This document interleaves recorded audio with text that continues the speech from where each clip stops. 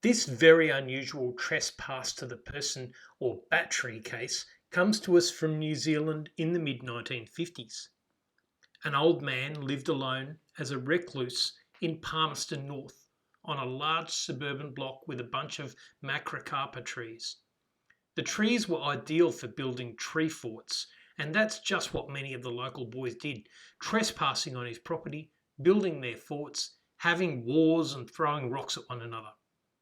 Clearly, this drove the old man to distraction, indeed literally so, because he ended up in care soon after these events, with insufficient capacity to even give evidence on his own behalf. He told the boys that if they kept coming onto his property, he would shoot them.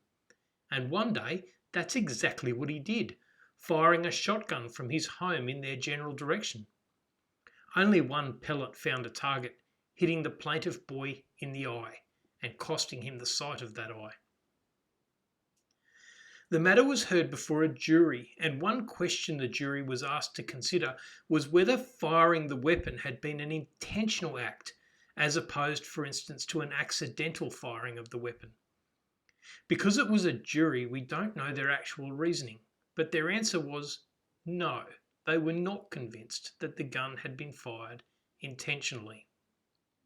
On appeal, the question for the court was whether intention was an element of the tort of trespass to the person. In other words, did it need to be shown that the weapon was fired intentionally? Or was the mere fact that it had been fired at all enough to make the shooter liable for any harm caused? Justice McGregor undertook a truly exhaustive view of the authorities in a range of countries on this point, and he also considered the opinions of the leading textbook writers.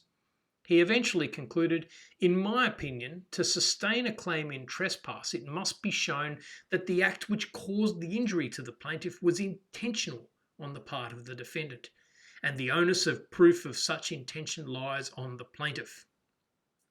If the act which causes the harm is unintentional, then the victim should sue in negligence, not in trespass.